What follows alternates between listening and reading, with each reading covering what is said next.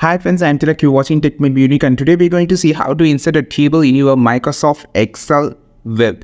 And if you are new to this channel, make sure to click on subscribe button below. We just quickly move on to the video. So how to insert a table in your Microsoft Excel web. So just going to show in this video. So first of all, you just need to click on the insert option on the top. Now you can find the option called table, click on this table. So before clicking on the table, here you just need to select the table cell. For an example, if you just need to create a 4 into 3, you just first of all select this. Then click on the table and it will show the data, your tables in the following like C2 to E5, which shows the cell number, and click OK. So it will create the table.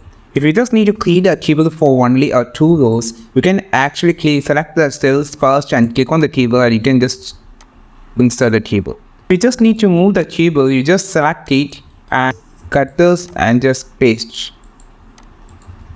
So this is how you just create a table in your Microsoft Excel web on your computer or PC. I think this video helped you a lot. Like this video, share this video, subscribe to this channel. We will meet on next video with a super valuable content. This is Tilak signing off from TechMate Unique. Have a wonderful day.